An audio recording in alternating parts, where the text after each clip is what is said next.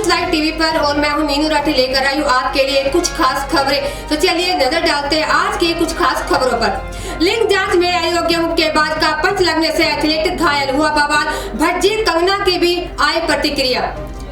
Paris Olympic 2024 कई वजह से चर्चा में रहा। ओपनिंग सेरेमनी में द लॉर्ड्स सफर पर विवाद से लेकर दक्षिण कोरियाई शूटर किम येजी के महिलाओं की 10 मीटर एयर पिस्टल स्पर्धा में रजत जीतने पर एटीट्यूड से लेकर तुर्की के एथलीट द्वारा शूटिंग गियर न पहने तक इन खेलों ने काफी हद तक सुर्खियां बटोरी है।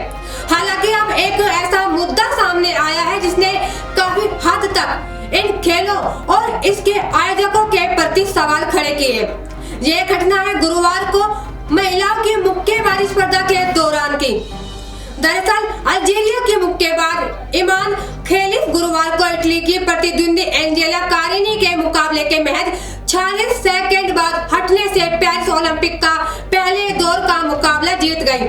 अब दिक्कत यह है कि खलीफ कोई आम एथलीट तो है नहीं, उनका नाम कई विवादों में शामिल रही है और इसके बावजूद अंतर्राष्ट्रीय बॉक्सिंग फेडरेशन और अंतर्राष्ट्रीय ओलंपिक समिति ने उन्हें ओलंपिक में खेलने के लिए योग्य करार भी दे दिया और वो उतरी भी। खलीफ को 2023 विश्व चैंपियनशिप में लिंग जांच में विफल होने के बाद डिस्क्वालीफाई कर दिया गया था, जिसके बाद से पेरिस में उनकी मौजूदगी चर्चा बनी हुई है। ये मुद्दा अब देश विदेश के कई दिग्गजों का ध्यान भी अपनी ओर खींच रहा है। हरभजन सिंह, कंगना रनौत से लेकर एलन मस्क और जेके रोलिंग तक ने इस मुद्दे पर अपनी प्रतिक्रियाएं दी है। तो आइए जानते हैं पूरा मामला क्या है और क्यों इस पर बवाल हो रहा है। 1 अगस्त यानी गुरुवार को अल्जीरिया की इमाम खलीफ का मुकाबला महिलाओं की 66 किलोग्राम भार वर्ग मुक्केबाजी में इटली की एंजेला कारिनी से था। ये मुकाबला राउंड ऑफ 16 का था और एक नॉकआउट राउंड था। हारने वाली मुक्केबाज का सफर वहीं खत्म हो जाता है।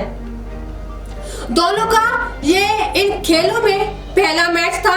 ये मैच भारतीय समय अनुसार 1 अगस्त को दोपहर 3:50 पर खेला गया था।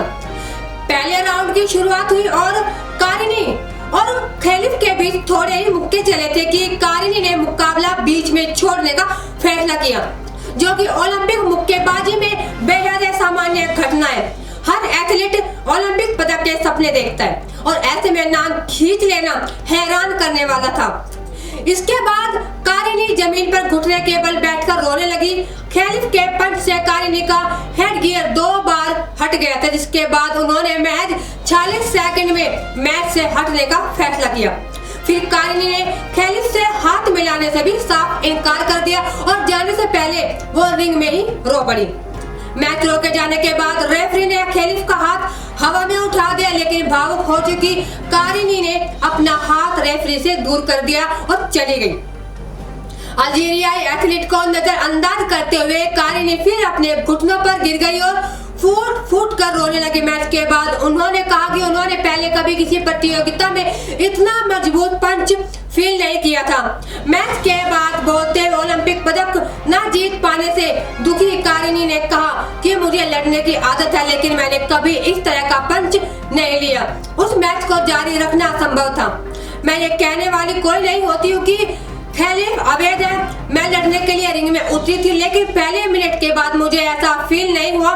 मुझे अपनी नाक में तेज पेन महसूस होने लगा। मैंने हार नहीं मानी, लेकिन खलीफ के एक मुक्के पर तेज चोट लगी और इसलिए मैंने कहा अब बस, मैं अपना सिर ऊंचा करके ओलंपिक से जा रही हूँ। आइए जानते हैं कि कौन है कारिनी।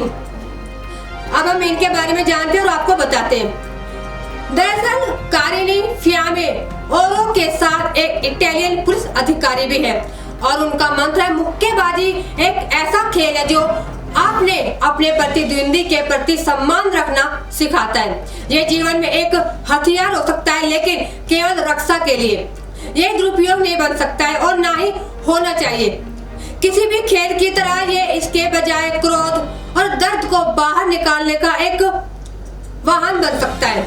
जाहिर तौर पर मुक्केबाजी में इस तरह के विचार रखने वाली कारिनी के लिए खलीफ का पंच असहनीय रहा होगा। इस मामले में इटली और अल्जीरिया की ओर से बयान भी सामने आया है। पूर्व फेदरवेट चैंपियन बैरी मैकगुइगन, जो अब पेशेवर मुक्केबाजी संघ के अध्यक्ष हैं, उन्होंने कहा है कि ये एक पुरुष को महिलाओं से लड़ने की अनुमति देने का एक चौंकाने वाला और दयनीय फैसला था। अंतर्राष्ट्रीय मुक्केबाजी संघ के अध्यक्ष उमर क्रेमलेव ने कहा है कि डीएनए परीक्षणों की एक सीरीज के बाद एसोसिएशन ने उन एथलीटों का पर्दाफाश किया जो अपने सहयोगियों को बेवकूफ बनाने की कोशिश कर रहे थे और महिला होने का नाटक कर रहे थे। क्रेमलेव ने दावा किया कि परीक्षणों ने साबित कर दिया कि उनके पास XY क्रोमोसोम्स थे और इस प्रकार उन्हें खेल आयोजनों से बाहर रखा गया था। इटली के खेल मंत्री एंड्रिया अबोदी ने खेलिफ के प्रतिस्पर्धा के बारे में चिंता जताई, लेकिन एंजेला कारिनी द्वारा कही हुई बातों को कोट करते हुए कहा कि उनके विरोधियों का सम्मान उनका मंत्र था। अल्जीरिया की ओलंपिक समिति ने पेरिस ओलंपिक में खेलिफ की भागीदारी पर सवाल उठाए जाने के बाद अपने मुक्केबाज पर हुए हमलों का निराधार बताते हुए उनकी निंदा भी की है। अब जानते हैं हम खेलिफ के बारे में। कौन है ये खेलिफ, जिनका मुकाबला कारिनी से हुआ? दरअसल खेलिफ एक एमेच्योर मुक्केबाज है जिन्होंने अंतर्राष्ट्रीय मुक्केबाजी संघ की 2022 विश्व चैंपियनशिप में रजत पदक जीता। पिछले साल की विश्व चैंपियनशिप में उन्हें स्वर्ण पदक मैच से ठीक पहले डिस्क्वालीफाई घोषित कर दिया गया था, क्योंकि जांच में दावा किया गया था कि उनके टेस्टोस्टेरोन का स्तर बढ़ा हुआ था।